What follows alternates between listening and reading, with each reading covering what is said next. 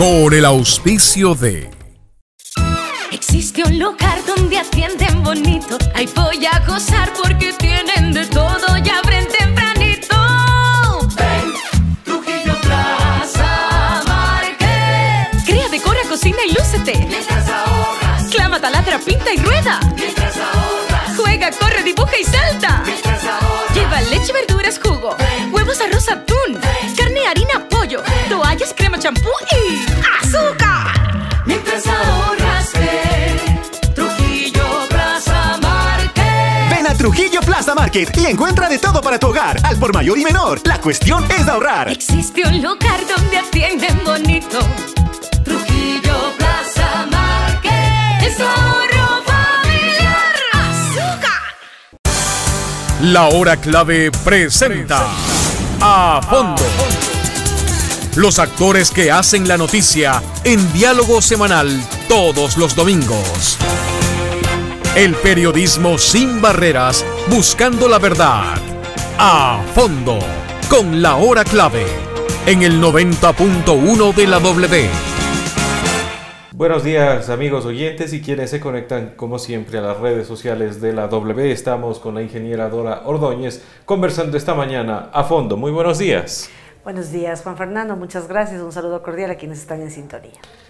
El 1 de julio del 2018 prácticamente inauguraditos, porque usted fue quien nos acompañó en el segundo programa. En ese momento aún hacía Yamil también. Tuvimos el gusto de conversar a fondo y ya más o menos se conoció sobre su vida y las perspectivas políticas aún inciertas que mantenía, pero hoy con otro panorama. Imagínese usted, prácticamente un año nuevamente sentarnos en este espacio, ya prácticamente consolidados. Así es. No, y felicitarles por el programa además. ¿Cuántos programas tienen en total? Más o menos sale uno por cada domingo, 4 al mes, y de ahí hay que contar que casi llevamos un año, ¿no? Wow, y con proyección, entiendo. Claro, porque nos hemos dedicado a hacer también reportajes. Hay unos muy interesantes que le vamos a invitar a que vean. Chévere. Gracias por la invitación nuevamente, Juan Fernando. Ingeniera Ordóñez, usted participó en las elecciones de marzo de este año 2019 para buscar la reelección a la concejalía, pero fueron unas elecciones duras, complicadas y atípicas. ¿Cómo las vivió Dora Ordóñez? Bueno, fue un proceso electoral bastante fuerte, ¿no? Comparando con la anterior elección del año 2014, yo diría que esta fue una campaña mucho más difícil de sobrellevar, sobre todo porque habían 13 candidatos a la alcaldía y eso también implicaba tener muchos candidatos a la concejalía, ¿no? El hecho de que los ciudadanos tengan que recibir propuestas de campaña de 13 candidatos a la alcaldía y obviamente sus correspondientes candidatos a concejales, además en distintos distritos, complicó el hecho de que tuviéramos quizás la paciencia de la gente para poder conversar un poquito más de los planes de trabajo. Y además, en una elección en donde había una maquinaria electoral desde la municipalidad que había planteado la reelección del actual alcalde Marcelo Cabrera, y obviamente tenía una cantidad de recursos que eso facilitaba mucho ese proceso. Sin embargo, nos damos cuenta con los resultados que las elecciones no se ganan solo con plata. Hay otros elementos a considerar y probablemente los podemos analizar ahora. Fue una campaña difícil, eso en conclusión quizás. Para nosotros también los resultados muy sorpresivos, Juan Fernando. Nosotros manejábamos diferente información en las encuestas que estuvieron contratadas por nuestro movimiento político y claro, eso hizo que direccionemos los esfuerzos de distinta forma, pero lamentablemente al final vimos que la información fue bastante dispersa y diferente de lo que en realidad sucedía y los resultados están ahí, ¿no? Además de una campaña de confrontación entre la vieja forma de hacer política, debo decirlo, y obviamente una propuesta mucho más fresca de, en este caso, Pedro Palacios, que ha ganado las elecciones. En mi caso puntual, la valoración al no haber alcanzado la posibilidad de llegar a la reelección, yo no creo que haya faltado la voluntad de los ciudadanos de Cuenca para que siga haciendo mi trabajo como lo hice en el Consejo Cantonal, sino lamentablemente el método de adjudicación de escaños y este arrastre que normalmente se da desde la candidatura a la alcaldía no me permitió llegar. Me faltó, creo que un 1% para poder alcanzar uno de los escaños, pero yo lo valoro en términos de que mucha gente me ha llamado, se ha solidarizado por los resultados, están apenados por el hecho de que no pueda seguir en el consejo, y lo tomo con humildad, con resignación y al final del día con tranquilidad. Las oportunidades de la vida se abren y así mismo se cierran. En el ámbito de la política también, ¿no? Yo podría también pensar que quizás hay cierta forma de injusticia, pero viene también la oportunidad para que nuevos ciudadanos se conviertan en políticos, porque eso también me sucedió a mí cuando gané las elecciones y pude llegar al Consejo Cantonal. Hice mi trabajo con honestidad, frontalidad, de forma directa, hablé siempre con la verdad, creo que es lo que la gente merece y busca, y habrán otros espacios. Tengo un par de oportunidades que ya se me han abierto en estos días y tomaré la decisión ya mismo, pero al final contenta, ¿no? Todo es crecimiento personal. Ha sido días muy espirituales también.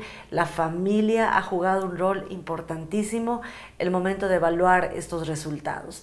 Y al final también digo, hay que desearle toda la suerte del mundo a las autoridades electas, que el Consejo Cantonal pueda trabajar de manera independiente, Juan Fernando, eso es también lo que esperamos, que no existan estos compadrazgos ni amistades por sobre las necesidades de la ciudad, que ojalá no veamos las mismas figuras que han tenido la posibilidad de ser reelectas cabildeando para tener beneficios personales, ¿no? O con los nuevos concejales electos, sino más bien que sean autoridades independientes. Eso es lo que busca la gente. Así es. Ingeniera, le pido nada más subirse un poquito más el micrófono. Súbase nomás tranquila. Voy a ver si puedo hacerlo, porque ustedes son expertos en esto, nosotros no. Ya, ahí estamos, perfecto. Creo que ahí. Ingeniera, ¿cómo vio el tema de la violencia política en estas elecciones? Mucho se criticó la campaña que se llevó a cuestas, y sin dar nombres, porque quizás podemos equivocarnos. Claro, quienes recibieron esa violencia trataron de endilgar esos ataques a uno u otro actor, pero en la práctica es que es muy difícil rastrear de dónde nacen los ataques. ¿Cómo miró usted como mujer? Porque también hubo otras mujeres que estuvieron participando en esta contienda electoral. Con profunda tristeza. Incluso las mujeres evaluamos los resultados de las elecciones y es un retroceso. El Consejo Cantonal estará conformado únicamente por 2 concejalas con una mayoría absoluta masculina. Sin embargo, yo siempre he sido de posiciones en las que la cantidad no hace calidad. Este Consejo Cantonal que está terminando tuvo una mayoría femenina desde el inicio prácticamente de la gestión y no pudimos hacer nada por las mujeres. Y además, yo lo he dicho claramente como una autocrítica en el propio Consejo Cantonal, no pudimos consolidar una agenda que fue planteada en un primer momento, liderada incluso por Ruth Caldas, no pudimos avanzar, obviamente por los intereses también que se manejaban en el Consejo Cantonal. Yo fui muy crítica y se lo dije a las compañeras concejalas, no logramos absolutamente nada. Esto en vista de que se trabaja también de manera individual, hay necesidad de protagonismo por parte de las personas, es un tema de alimentar el ego permanentemente, entonces no pudimos consolidarnos. Incluso la agenda legislativa que planteamos originalmente tenía como primer punto, Juan Fernando, la defensa del agua y las fuentes hídricas. En segundo tema también que le planteamos al alcalde en una propuesta de agenda, y además en una rueda de prensa lo hicimos público, era el tema tranvía, por ejemplo. Tampoco avanzamos en eso. Fíjese que hasta ahora tenemos las mismas dificultades de no saber cuál es la certeza del proyecto a futuro. Entonces, todos estos temas demuestran que en la práctica no se trata de cuántas mujeres están en la política, sino de cómo trabajan para no solo los temas de las mujeres, los temas de violencia, la posibilidad de empleo, cómo ayudar a las mujeres a capacitarse de mejor forma, tener becas para estudiar, apoyar, por ejemplo, con espacios de guarderías para las funcionarias, tantas cosas que se pueden hacer. Es un retroceso, sí, valorándolo así, en vista de que habrán muy pocas voces representadas, incluso hay una valoración a nivel nacional de que hay muy pocas alcaldesas, casi no hay prefectas electas, y eso hace que también empecemos a pensar en que la política no está dando, o la forma de hacer política electoral no está dando una verdadera oportunidad a las mujeres. Yo he sido parte de un movimiento político que me ha dado la oportunidad en 2 ocasiones de liderar y encabezar las candidaturas para concejales. Obviamente en la segunda oportunidad no no tuve la opción de llegar, pero se valoró la posición de Dora Ordóñez, además como una mujer en la política. Pero fíjese que en cambio los resultados muestran lo contrario. La gente no optó por votar, por ejemplo, por una candidata a la prefectura, que también era una opción, que a pesar de que quedó en segundo lugar y creo que ha hecho un trabajo importante, no llegó, no ganó. Entonces, algo está pasando, no es un tema únicamente a resolverse en las organizaciones partidistas, sino creo que en la sociedad. Y claro, aunado a eso, la violencia que vivió la candidata a la que hago referencia, que es el caso de María Cecilia Alvarado, yo desconozco, Juan Fernando, de dónde vienen los ataques que incluso han continuado hasta la presente fecha. Sé que María Cecilia ha presentado en la Fiscalía la respectiva denuncia y me parece bien, porque además hay que materializar los reclamos que se hacen en redes sociales y más bien que ya sigan su proceso legal respectivo. Yo me solidaricé con María Cecilia, obviamente ese fue también un tema complejo de manejar políticamente, a propósito de nuestra propuesta a la prefectura, a la alcaldía. Entonces, claro, teníamos nuestros candidatos, pero en el ánimo de solidarizarme con la mujer candidata, yo hice llegar mi solidaridad, mi comprensión de lo que María Cecilia estaba pasando. Y no solamente fue también con María Cecilia, otros candidatos fueron atacados, el mismo candidato Bernal, el propio candidato Paul Carrasco también recibió una serie de ataques, memes, Jefferson Pérez lo propio, Marcelo Cabrera igual. Entonces, esta violencia que se ha magnificado y que mucho me temo, Juan Fernando, que para siguientes procesos pueda resultar peor, y yo espero que no. Porque además tiene que haber un compromiso de los ciudadanos que decidimos hacer política, pero me temo que podría empeorar porque se genera una especie de impunidad en las redes sociales cuando hay un anónimo escribiendo lo que la persona real no lo hace, ¿no?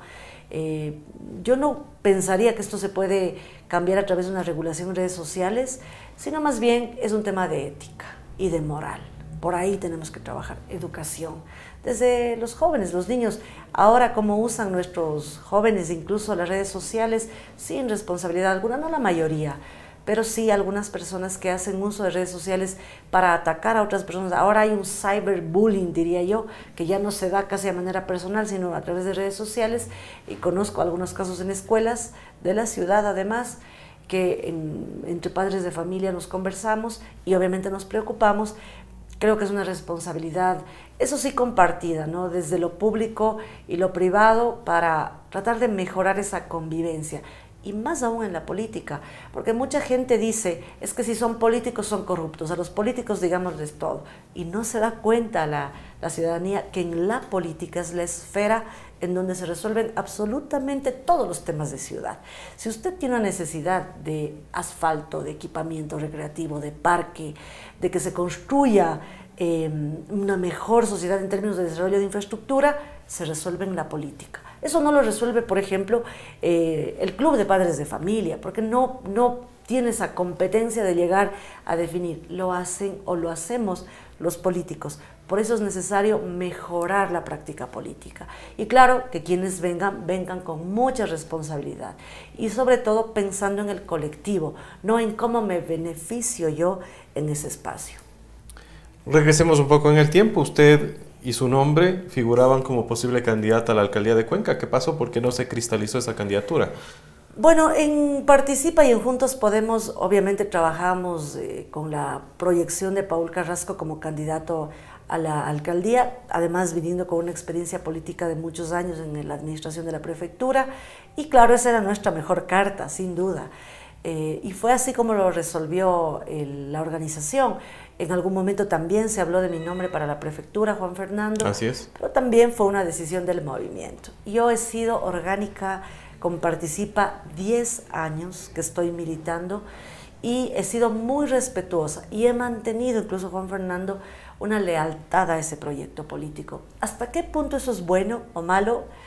Eso habrá que valorarlo ya en nuestro propio y en nuestro fuero interno. Pero yo tengo la tranquilidad de haber estado siempre trabajando de manera coordinada con los compañeros de Participa y Juntos Podemos ahora.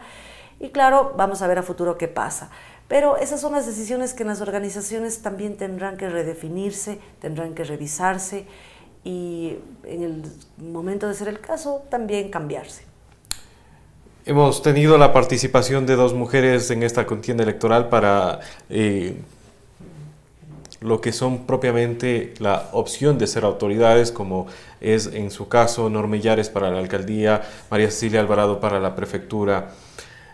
De alguna manera se ha avanzado, pero al mismo tiempo, usted lo ha dicho, hemos retrocedido. Quizás falta que las mujeres se empoderen, reclamen esas opciones, reclamen que tengan las mismas posibilidades, que ya no veamos nuevamente, bueno, ojalá nunca más veamos 13 candidatos, pero en caso de tener más de 5, más de 6, que gran parte o al menos la mitad sea también mujeres. Yo creo que hace falta que mujeres y hombres trabajemos con esa proyección y para alcanzar esos objetivos en donde tengamos más participación femenina. Porque, a ver, la ley de alguna forma permite que las mujeres entremos a participar y eso ha ayudado muchísimo, porque anteriormente únicamente eran listas masculinas las que se inscribían, pero ahora la ley de alguna forma promueve. Sin embargo, en las organizaciones partidistas y políticas, porque yo soy parte de una de ellas, tampoco es que hay mucha motivación por parte de las mujeres para participar. Ahora, ahí hay un tema más de nuestra propia sociedad, de nuestro propio medio, en donde, claro, una compañera del partido, además yo siempre he invitado para que participen activamente, una compañera, ¿qué es lo que dice? Sí, pero los guaguas, sí, pero mi marido no sé qué diga, sí, pero y el trabajo, sí, pero no tengo tiempo, sí, pero no tengo apoyo. Entonces esas cosas son las que hay que cambiar. Le digo incluso como experiencia personal, a pesar de haber tenido el apoyo de mi familia y particularmente de mi esposo, ha sido difícil. ¿Por qué? Por la propia agenda de trabajo, por la exposición mediática, por los ataques que incluso recibe. Y claro, si hay un hombre público, no hay problema, pero si la mujer es pública, es mal vista. Incluso en la célula más importante de la sociedad, que es la familia. Entonces, luchar contra eso también es difícil. Es un tema estructural, sin duda, que hay que cambiar. Por eso digo, mujeres y hombres, ambos tenemos la responsabilidad de aprovechar estos espacios en donde se toman las decisiones y se cambia la sociedad. Porque la política bien llevada, bien manejada, bien practicada, nos permite mejorar como sociedad. Yo me llevo esa experiencia, Juan Fernando. Lo poco o mucho que haya podido hacer en el Consejo Cantonal me da la tranquilidad de saber que mientras pude, actué. Mientras pude, resolví. Mientras pude, atendí a la gente que llegó a la oficina. Y ojalá así se siga actuando. Quizás faltó mucho por hacer. Obviamente hay personas que también han llegado a reclamarme porque no hemos podido resolver los problemas que, por ejemplo, tenía una persona en particular. Pero siempre ha estado la intención de ir mejorando y de servir, porque la política es eso, es servicio. Francamente, ingeniera Ordóñez, el día que ya se cristalizaron los resultados y como tal usted supo que perdió, recibió el comentario de su familia, bueno, mira, alégrate, es hora de que regreses un poco a casa. Puntualmente de mi esposo, él me decía, no te sientas mal. Pero estoy no quiero que te enojes. Sí. Más que enojarme, sentirme mal, ¿no? Porque me decía, estoy feliz con los resultados. Ahora vas a regresar al tiempo de la familia, al tiempo laboral que compartía con él, porque es mi colega y trabajamos juntos algunos años. Y claro, luego él se quedó solo en la oficina y pues extrañaba mucho ese tiempo, ¿no?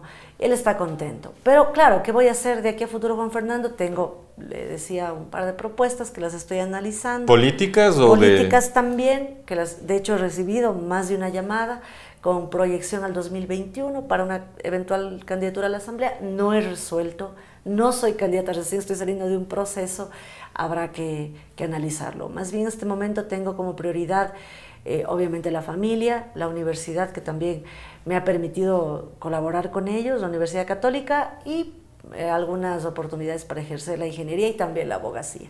Mi esposo me decía, ahora sí te espera los recursos económicos que debas obtener afuera, porque en la política también no es que el sueldo permite vivir muy bien, que digamos, en el ejercicio profesional me iba mejor. ¿Qué no se pudo cumplir durante la administración de Doro Ordóñez como concejal de Cuenca? ¿Qué queda pendiente y quizás usted dice o se quedó con ese mal sabor de no poderlo haber hecho? Un par de iniciativas normativas que quedaron prácticamente listas, pero que ya no dependían únicamente de Dora Ordóñez, ¿no? Hay una que la trabajamos con la Cámara de la Construcción, que está lista, y yo espero que la asuman. De hecho, pensaba hacer una etapa de transición con el nuevo Consejo Cantonal, con algunos concejales que son amigos además, a quienes les deseo mucha suerte, y entregarles toda la documentación que tengo, todas las socializaciones de las ordenanzas que las hemos planteado, y obviamente en fiscalización le corresponderá continuar al próximo consejo, continuar la revisión de los proyectos de inversión que se han hecho en algunas obras que es necesario que se revisen. Por ejemplo, los pasos peatonales que se han contratado, que además no están cumpliendo su función, Juan Fernando. El tema tranvía, justamente se está leyendo un cuarto informe ya, que sé que tiene responsabilidades administrativas para funcionarios y también para las autoridades de la administración municipal, y habrá que continuar ese proceso, ¿no? Yo sí me he quedado con la insatisfacción de que no se concreten en ya procesos administrativos implantados para funcionarios y autoridades desde la Contraloría, más bien. Yo creo que en mi rol como fiscalizadora avancé hasta donde podía, hasta donde la competencia me permitía, pero más allá ya están otros entes. Y claro, no podemos ser irrespetuosos de la ley. Ahí me quedó ese sinsabor de que hay como impunidad cuando es necesario marcar sanciones. Hablando de impunidad y fiscalización, el nuevo Consejo Cantonal estará compuesto por 4 concejales de la actual administración, vinculadas con la actual administración. 2 de ellos incluso son reelectos, me refiero a Javier Barrera y Paola Flores. ¿Qué esperar de esta fuerza política en los siguientes años con una administración en la cual tendremos, para bien o para mal, ya una respuesta bastante más concreta de lo que será el tranvía? De los compañeros concejales que ya han estado en funciones, yo conozco su actuar, conozco cuál ha sido sus muy pocas ejecutorias en el Consejo Cantonal. Hoy nomás escuchaba en una entrevista a Javier Barrera hablar de todo lo que se necesita hacer, por ejemplo, para el control de construcciones en áreas históricas o cuando se hacen demoliciones de bienes inventariados. Y yo decía, y hablaba de una codificación de las ordenanzas actuales y la sanción que debe endurecerse. Y yo decía, ¿y por qué no lo hizo? ¿Y por qué jamás planteó una iniciativa de fiscalización para la actual administración municipal? ¿Por qué? Porque había cercanía con el alcalde. Entonces, las ejecutorias, tanto de él cuanto de Paola Flores, además en el caso de Paola, con una nula participación en el Consejo Cantonal, con muy pocas iniciativas, Juan Fernando, entonces me atrevería a pensar que probablemente esa pueda ser la lógica de trabajo. En el caso de los otros 2 concejales electos, a quienes conozco también en el caso del Movimiento Igualdad, pues habrá que ver cuál es su posición, ya en términos de fiscalizar al actual alcalde o plantear asimismo un trabajo en colectivo en función de la ciudad. Ahí me quedo con la duda de cuál podría ser el trabajo que hagan. Sin embargo, puedo prever que este Consejo Cantonal va a tener dificultades para además apoyar la gobernabilidad del alcalde. Y lo digo porque siempre se presentan intereses específicos en las personas y en las organizaciones políticas. Habrá que ver qué dice, por ejemplo, el bloque de Renace, porque incluso para la definición de la vicealcaldía sé que hay algunas reuniones previas y claro, a veces uno se entera de lo que ahí pasa, no existen consensos para poder votar por uno de sus concejales electos solamente en uno de los movimientos. Así que imagínense con 5 fuerzas políticas lo difícil que le resultará al actual alcalde. Sin embargo, espero que haya la intención de apoyar a Pedro Palacios, al alcalde electo, en las propuestas que tengan para mejorar la ciudad. Y lo que sí, claro, una recomendación también para el alcalde electo es que desde el día 1 llegue con un plan de trabajo, un programa de intervención que esté claramente definido. Necesita un equipo de profesionales comprometidos con la ciudad que sepan hacia dónde van, hacia dónde encaminar la inversión, que además tendrá que controlarse también desde el centavo, porque la situación económica del municipio es muy complicada. Y claro, las empresas públicas se manejan casi que de manera autónoma, ¿no? Sin embargo, hay que ser más eficientes en la gestión empresarial de la empresa pública, de la corporación municipal. ¿Usted cree que la vicealcaldía se va a quedar, lo más probable, en igualdad Alfredo Aguilar es el más votado y normalmente suelen ser los favorecidos con las vicealcaldías. No es tan así. Fíjese que en el 2014 el concejal más votado fue Leonardo Berresueta y se definió la vicealcaldía en función de acuerdos entre bancadas. Y esa además es una realidad. Ruth Caldas fue parte del movimiento Alianza País y así ganó las elecciones. Sin embargo, a través de un acuerdo político, ella llegó a ser vicealcalde. Yo voté por ella, además por su condición de mujer y rural, porque además teníamos gran representación femenina. En este momento incluso me atrevería a decir, Juan Fernando, que la vicealcaldía le corresponde a un hombre, porque hay que ser justos. Si tenemos 13 hombres electos para concejales y 2 mujeres concejalas, la representación mayoritariamente es masculina. Ahora, la ley no establece que la mayoría de votos que se hayan obtenido por parte de un concejal le permitan llegar a la vicealcaldía. No, hablo más por el lado de que, vamos a ponerlo de esta forma, el más popular dentro de los votantes probablemente tiende a subir. Tampoco creo que sea un tema de popularidad, lo digo claramente, porque siempre es un arrastre, y lo dije al inicio, es un arrastre del candidato a alcalde. Además hay un tema en el caso de los concejales.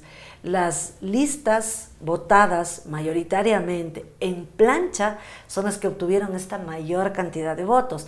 Y claro, el Movimiento Igualdad, que en número, como la 82, estaba mejor posicionado, le permitió llegar, además con un voto mucho más orgánico, le permitió llegar incluso en el Distrito Sur con 2 concejales. Pero no es un tema de popularidad. Yo me atrevería a decir que esa no es la lógica del votante, ¿no? De ver a quién más conozco. En un método perverso como el método de Hunt, eso no cuenta. Es el arrastre del movimiento, del número y en este caso del alcalde, que también consiguió buen número de planchas. Yo creo que la vicealcaldía, Juan Fernando, se va a definir el día de las elecciones, el primer día de la sesión de consejo, que es en donde se resuelve. Porque usted tiene 2 movimientos con 4 concejales. Claro. Renace puede poner también, además va a ser con voto minoritario, ¿no? Porque con 4 votos podría ser vicealcalde alguien en Igualdad o alguien en el movimiento Renace. El tema es que en Renace también hay dificultades de consenso. Claro, habrá que ver qué pasa con el voto correísta, que son 3 concejales que están electos a través del movimiento Compromiso Social.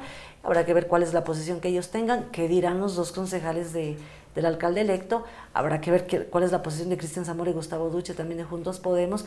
No creo que han logrado reuniones con otros movimientos, pero son temas que se resolverán en la víspera, porque además así ha sido antes, ¿no? Pero yo creo que debería ser un hombre, en conclusión.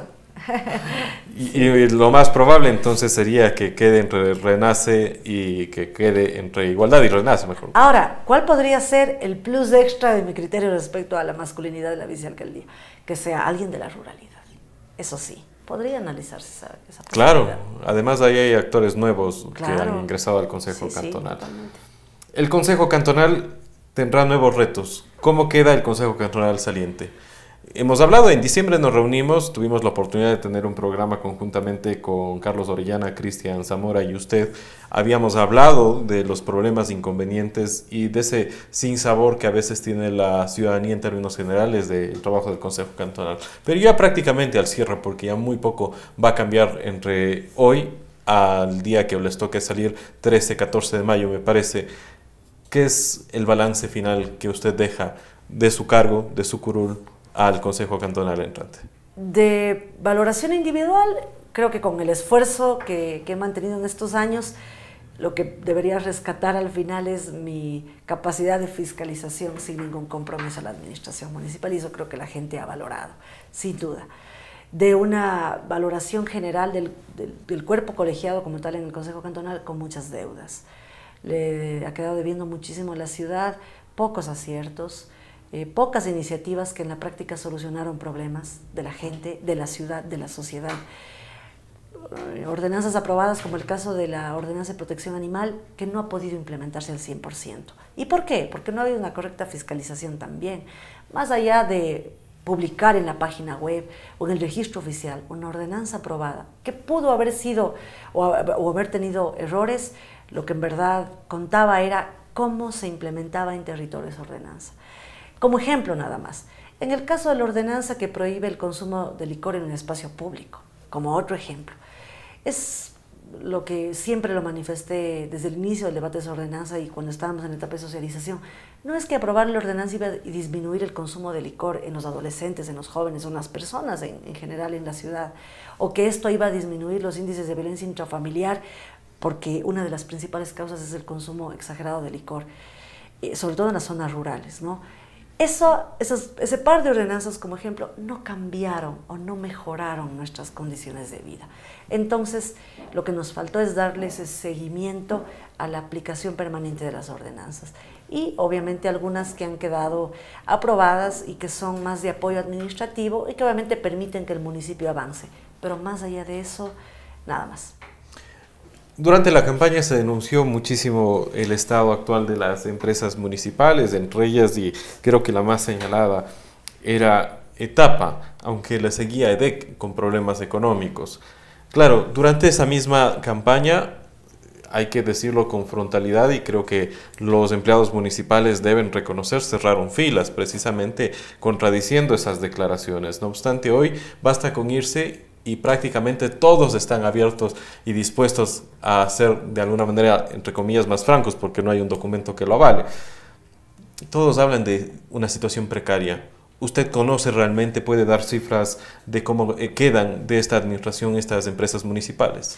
Si no es la generalidad de los casos, ¿no? Cuando se valoraban los presupuestos, porque además para eso están los directorios, Juan Fernando, el Consejo Cantonal delega un miembro del Consejo, un concejal, a los directorios, que son quienes tienen la responsabilidad de fiscalizar las acciones de las empresas y de aprobar sus presupuestos y de estar pendientes cómo se llevan adelante las competencias que tiene cada empresa.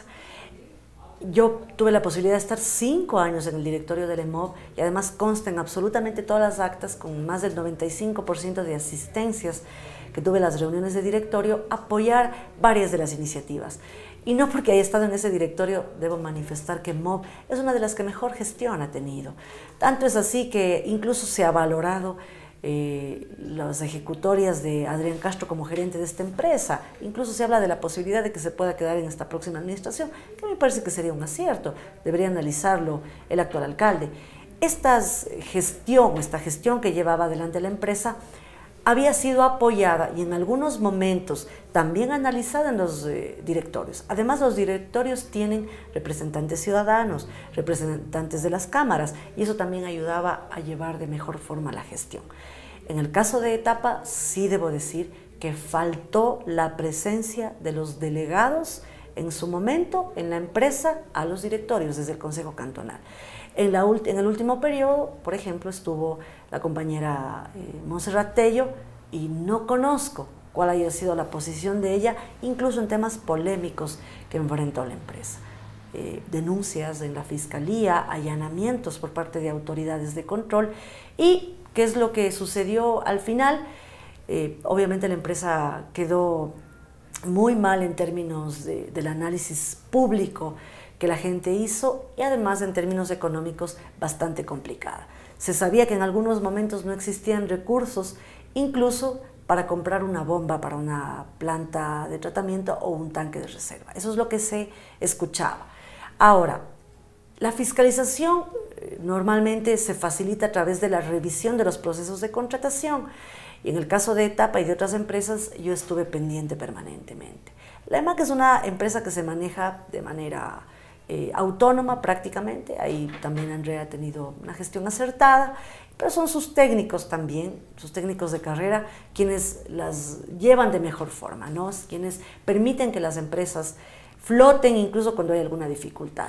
Etapa, por ser una empresa grande y además en donde se han tomado decisiones más políticas que técnicas desde hace algunos años atrás, no quiero decir que en esta administración que termina es la primera vez que esto sucede.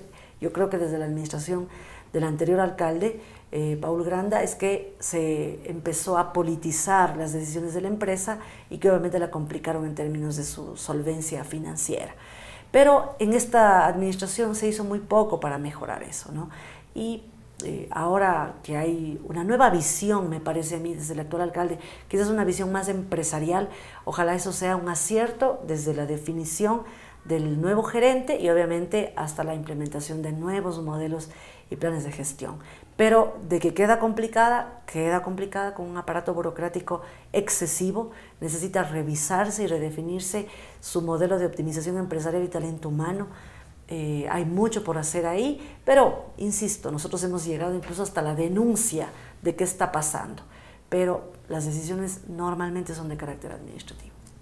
Ha mencionado a Adrián Castro y que sería un buen elemento para quedarse en la nueva administración de Pedro Palacios. Adrián Castro durante la campaña política fue un actor que participó activamente por la reelección de Marcelo Cabrera.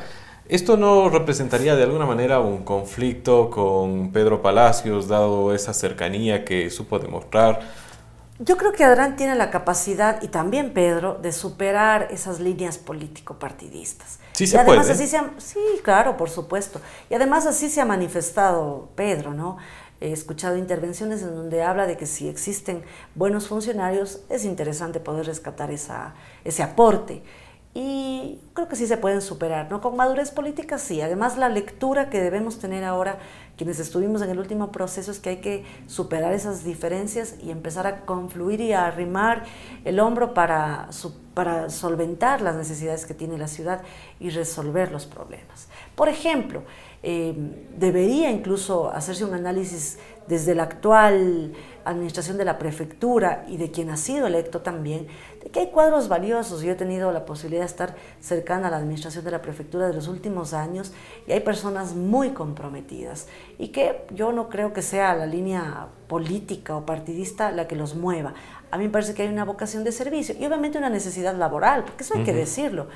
Pero gente que tiene experiencia, porque a veces también la improvisación puede demorarle mucho a la nueva administración en tomar decisiones.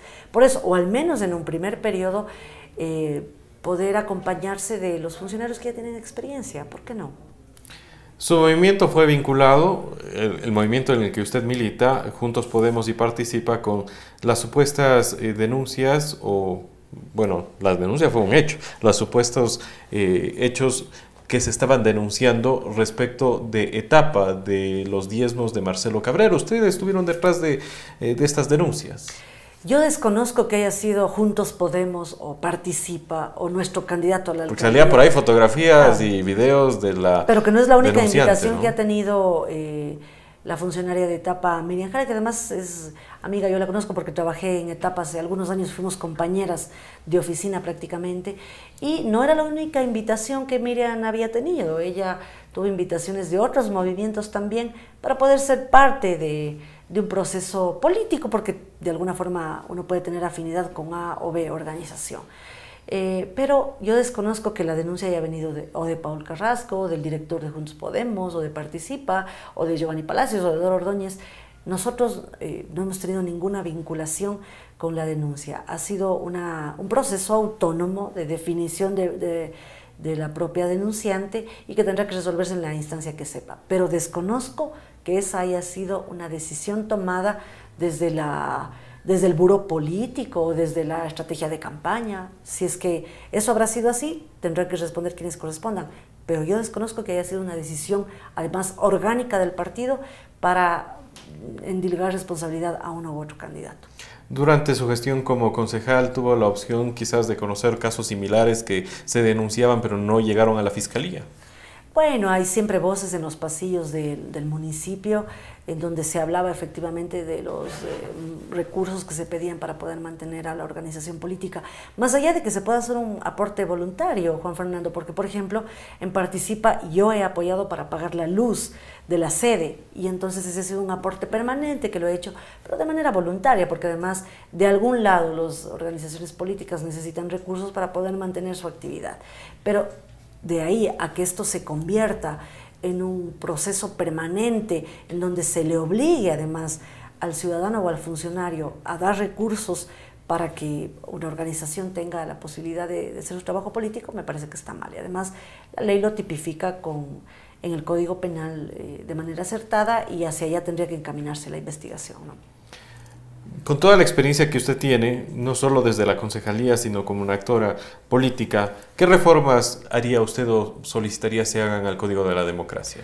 Bueno, se han planteado algunas, ¿no? Por el consejero Verde Soto, he tenido la posibilidad de escucharle y me parecen acertadas, excepto en algunos temas que de forma tendrán que modificarse. Obviamente esto lo resolverá el propio Consejo Electoral o la Asamblea, de ser el caso. Y, por ejemplo, en lo que tiene que ver con la eliminación o mejor dicho, la devolución de los recursos en el caso de candidatos que no han podido obtener un porcentaje mínimo de aceptación o de votación, me parece acertado. En donde creo que debería analizarse, sí, la propuesta de modificación es en que se deba estar 2 años afiliado en una organización política. En algunos casos es necesario tener esta posibilidad de llamar a actores de la sociedad civil para que sean parte de la lista de candidatos sin que necesariamente hayan militado, ¿no? Eso creo que tendría que revisarse. Pero en la mayor cantidad de propuestas yo estoy de acuerdo, ¿no? Si tienen que modificarse y obviamente permitir que la democracia se cristalice de mejor forma. Ahora, más participación o más candidatos no necesariamente es más democracia. Eso es lo que pasó en el último proceso. Y claro, ahí habría que redefinir esos temas también. ¿Ustedes van a empujar como la administración saliente dentro del Consejo Cantonal que la tarifa del tranvía quede establecida, o darán paso a la solicitud de Pedro Palacios que ha pedido que por favor se espere a que ellos se incorporen a ya la administración nueva los siguientes años? En 5 años no se ha definido la tarifa. El actual alcalde no lo va a hacer en 30 días que falta. ¿Cree que falla a la palabra? Porque él ha salido a decir que eso va a dejar. Ha fallado a la palabra durante 5 años. Un reiterado incumplimiento de cronogramas, de propuestas de campaña, incluso de compromisos que no se cumplieron. Yo veo difícil que lo haga ahora. Y sí, pues es mejor que lo analice y lo resuelva un nuevo Consejo Cantonal, una nueva administración municipal, porque habrá que ver cuáles son los elementos que el equipo técnico del del nuevo alcalde resuelva considerar para la tarifa. Creo que sería apresurado en este momento hacer que este Consejo Cantonal tome una decisión que además va a tener implicaciones en los próximos años, porque se dice que la tarifa del tranvía necesariamente se subsidiará en los próximos 4 años, dicen los actuales directores de la unidad ejecutora del proyecto, y que después se volverá sostenible. Esos son temas que también habrá que analizarse, además técnicamente, ¿no? Más allá de la línea política que debe tener la administración municipal, porque no es que el consejo cantonal o el alcalde debe manejarse de manera técnica o empresarial, no, hay una línea política que obviamente está ligada a lo social que tiene que analizarse. El subsidio tiene implicaciones de carácter político, social, económico, técnico, y bajo esa perspectiva tiene que analizarse. El tranvía fue de marcha en blanco a una marcha con pasajeros con la finalidad supuestamente de formar a los mismos y nuevamente a una marcha en blanco. ¿Cómo entender eso? Desde la perspectiva política electoral ahí sí, ¿no? Porque la iniciativa de empezar a subir personas al tranvía fue netamente electorera, para avalarla en una especie de pruebas que nos permitirían ver cuál es la demanda, además con un criterio nada técnico. Fue una iniciativa desesperada electoral, ¿no? Ahora se dice que se ha regresado a la marcha en blanco y pues entiendo que tomará todavía algunas semanas más. Bueno, tomará el tiempo que requiera incluso la nueva administración para poder analizar bien el proyecto y todo lo que se requiere. El tranvía ha tenido dificultades desde la concepción misma del proyecto y no se terminarán estos problemas hasta cuando esté concebido un sistema integrado de transporte en donde confluya incluso el compromiso de la Cámara de Transportes. Si la tarifa no está resuelta, si la Cámara de Transportes no tiene un compromiso firme ya para integrarse al sistema, es muy difícil que se terminen los problemas que el tranvía ha tenido. Ese viacrucis y esa cantidad de líos que se han debido sortear no se terminarán porque se termina esta administración. Lamentablemente van a continuar. La sostenibilidad financiera es el principal problema que se debe enfrentar.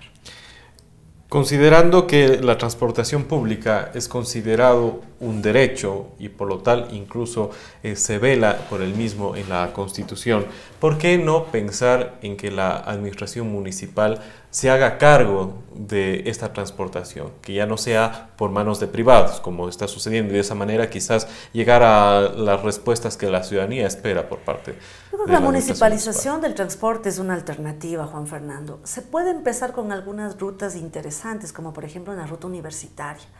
Hace poco un grupo de estudiantes de la universidad me decía, pero necesitamos que se nos facilite el transporte, porque el tranvía no pasó por las universidades. Esa también pudo haber sido una alternativa. Sin embargo, se justificó en otra ruta, obviamente por la cantidad de demanda que aparentemente existía en esa ruta.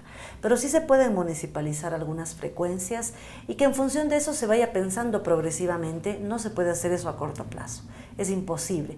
Además, hay una resolución del Consejo Cantonal en donde con el incremento de la tarifa de transporte público urbano se obligaba prácticamente a renovar las 475 unidades de buses. Eso va a pasar en aproximadamente 2 años. Esperemos a ver si se cumple. Eso también es un trabajo que queda pendiente para el nuevo Consejo Cantonal. Y claro, con esta inversión, que además yo si fuera un inversionista de la transportación y he hecho una inversión de $250,000, por ejemplo, y al siguiente día me quieren quitar esta fuente de empleo, que además ha sido una inversión privada, hay artículos de la ley que también le amparan. Entonces, habría que pensar a mediano y largo plazo en construir o definir estas rutas municipales y si a futuro, ya con el tranvía, además como una inversión pública netamente, se pueda generar un sistema municipalizado. Sí, pero hay otros elementos, Juan Fernando. Empezar a desincentivar el uso del vehículo particular, porque el municipio siempre ha tenido que cargar con este hueso que es el transporte público, porque hay hay poca demanda, ¿no? Las personas preferimos estar en nuestro vehículo particular y claro, eso no hace que el transporte público vaya mejorando. Son algunos elementos que necesitan resolverse y el cambio de la dinámica de movilidad es uno de los fundamentales. Nosotros empezar a dejar el carro en la casa y cambiar este concepto que tenemos de que el transporte público no es digno, o que el transporte público es inseguro o que contamina. Eso es lo que hay que empezar a cambiar. Permítame llevarle unos comentarios de algunas personas con las cuales muchas de las veces uno se topa y le dicen tal o cual cosa. Uno de los comentarios que probablemente entre a debate en los siguientes días, siguientes semanas y meses, cuando Pedro Palacios llegue al poder y se convierta en la autoridad propiamente ya como alcalde de Cuenca, existe, según su análisis, la posibilidad de que o el riesgo de tener a un Mauricio Rodas en la alcaldía de Cuenca. Sí, se ha dicho eso, ¿no? Hay ese temor de que la inexperiencia quizás en lo público de Pedro pudiera llevarnos a una mala administración, como en el caso de Quito con Mauricio Rodas. Las personas son distintas y las ciudades son diferentes también. Entonces, Cuenca está en un momento en el que con un proyecto importante de planificación urbana, con definiciones en los temas de movilidad, podría encaminarse, ¿no? Siendo todavía una ciudad intermedia. Claro, Quito tiene muchos problemas adicionales y obviamente un distrito enorme con muchos más habitantes le resultó muy difícil a Mauricio Rodas. Pero yo, con la experiencia que tiene Pedro en lo privado más bien, creería que si se rodea de un grupo de personas que saben hacia dónde ir y que sí tengan algo de experiencia en lo público, probablemente haga una buena gestión. Eso esperamos todos y yo aspiro que le vaya bien, por el bien de Cuenca, y que más bien esa proyección que tenemos a futuro de lo que podría pasar, más bien sea solamente un tema de miedo. Bueno, es que la gente lo dice, ¿no? Y por eso me he permitido contar con su análisis. Yacu Pérez, a la prefectura, usted dijo conocer de cerca la administración que dejó Paul Carrasco. ¿Cómo cree que resultará un líder político como Yacu Pérez frente a una administración que difiere mucho de un activismo político que es lo que él ha sabido manifestar y representar durante los últimos años? Es un desafío para Yacu, ¿no? Yo también me alegré con esa designación porque además nos hemos visto en el activismo de la lucha por la defensa del páramo y del agua, de las futuras generaciones. Y además es un hombre con mucha capacidad, ¿no? Un hombre brillante, yo así lo reconozco. Pero claro, lo público y la administración es otra cosa respecto al activismo. Es un gran desafío porque la prefectura queda con una gran deuda. Y no porque haya habido una mala administración de los recursos, en eso creo que decirlo claramente, porque además lo conozco de cerca, sino por el por la desatención que ha tenido la vialidad por parte del gobierno nacional, por las deudas que todavía el gobierno nacional tiene con la prefectura, son cerca de 40 millones de dólares todavía de deuda, y mientras eso se venga arrastrando, se le va a volver difícil a Yacu poder cumplir con las competencias, sobre todo en vialidad. Es muy injusto el presupuesto que tiene la prefectura. El municipio cobra por absolutamente todo. Cada intervención en territorio es cobrada y recuperada por el municipio y por las empresas públicas, Juan Fernando. En el caso de la prefectura se cuenta con la gestión que se puede hacer, la autogestión y claro la transferencia de recursos que por ley corresponde, que son muy pocos, porque en vialidad, además en nuestras condiciones geográficas, topográficas, climatológicas en el Azuay, resulta muy caro intervenir en una vía.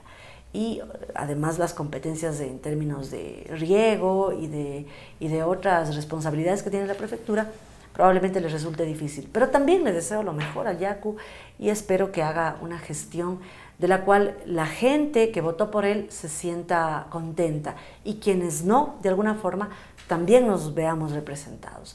Hay que dejar los radicalismos también, ¿no? Quizás ese sí es un llamado, pero yo creo que Yacu con los días, los meses y los años aprenderá un poco de la experiencia de la administración pública y espero que lo haga bien. Finalmente, regreso al punto cero. Se habló que durante las campañas políticas hubo infiltraciones de información en las dos candidaturas que se veían las más probables, Marcelo Cabrera y la de Paul Carrasco. ¿Existieron estas infiltraciones? ¿Lograron dar con infiltrados? ¿Qué sabe usted de eso? Desconozco porque había un equipo estratégico que se dedicaba exclusivamente al tema de los análisis de la campaña mismo, ¿no? Yo creo que tuvimos algunos errores, más bien lo que corresponde es analizar qué pasó casa adentro y claro, eso debe servirnos para retroalimentar para procesos futuros. Hubo un gran error de estrategia, creo que el equipo no conectó con lo que en Cuenca se acostumbra en términos de hacer política, más allá de los candidatos. Yo creo que Paul era un muy buen candidato, pero los errores de comunicación, los errores de estrategia también, algunos errores también en territorio, lamentablemente al final pues nos costaron caro y obviamente la pérdida de las elecciones. Pero eso nos sirve para retroalimentar y a futuro redefinir esas formas de hacer campaña. Creo que es un momento en el que se da ya un quiebre de cómo se hacía política los últimos 20 años y cómo se hará de ahora en adelante. Las redes sociales, los medios tecnológicos juegan un papel fundamental. E inclusive cuando nosotros hacíamos referencia en nuestra organización a que eso es importante, no se daba mucha atención, porque claro, había una experiencia de hacer campaña de distinta forma. Pero nosotros, porque al final somos nuevos políticos, advertíamos que era necesario trabajar, por ejemplo, desde plataformas digitales como Facebook, Twitter, Instagram, el propio WhatsApp, YouTube, que ahora nos permiten llegar ya no con mensajes, sino con imágenes a la gente. Eso quizás nos faltó, es la estrategia comunicacional, pero ya pues lo aprenderemos para próximos procesos y este momento no queda más que analizar la información, los datos y decantar en ese proceso para ir mejorando. Eso también es el objetivo de las organizaciones político-partidistas. Veremos en los meses siguientes, en los años siguientes, la continuidad de Dora Ordóñez dentro del movimiento Igualdad y participa o ha considerado... Igualdad no. Participa y Juntos Podemos. Venía pensando en los dos movimientos en la contienda electoral. ¿Seguiremos viendo la continuidad o ha considerado retirarse u otras opciones? Yo no he considerado retirarme de Juntos Podemos y participa por lo pronto. Habrá que ver qué sucede a futuro. Nosotros hemos sido una organización que permanentemente hemos construido con otros colectivos políticos y esa era nuestra fortaleza y quizás la debilidad del último proceso fue ese, ir solos, ¿no? Lo propio le habrá pasado a Igualdad, creo. En el caso de los nuevos movimientos, por ejemplo, con Pedro Palacios se sumaron dos fuerzas políticas. Entonces, esos temas también hay que analizarlos, ¿no? No he pensado salir de la política, Juan Fernando. Yo hago políticas desde que estaba en la universidad, hace muchos años atrás, y he tenido la posibilidad de estar ahora ya en las grandes ligas, como quien dice, ¿no? En los movimientos ya formales. Pero mi prioridad, insisto, es este rato a la familia y mi situación laboral, porque también aporto económicamente a mi hogar y tengo que trabajar. Entonces, por ahí estoy encaminada en los próximos meses y a futuro veremos qué pasa. Muchísimas gracias, ingeniera, y ojalá pues no le perdamos la pista. Gracias, Juan Fernando. Vamos a ver, yo creo que más pronto que tarde van a saber algo. Ah, qué bueno. Muy bien. Gracias. Muchísimas gracias, amigos oyentes. Usted es dueño de sus propias conclusiones. Cuando conversamos y sacamos la posibilidad de que ustedes conozcan a fondo a los diferentes actores políticos, se quedará usted con las conclusiones que de esta entrevista y de otras que hemos llevado a cabo en este medio de comunicación se van generando. Será hasta nuestro siguiente episodio. A seguir disfrutando de este feriado, este fin de semana a propósito de las fiestas de Cuenca.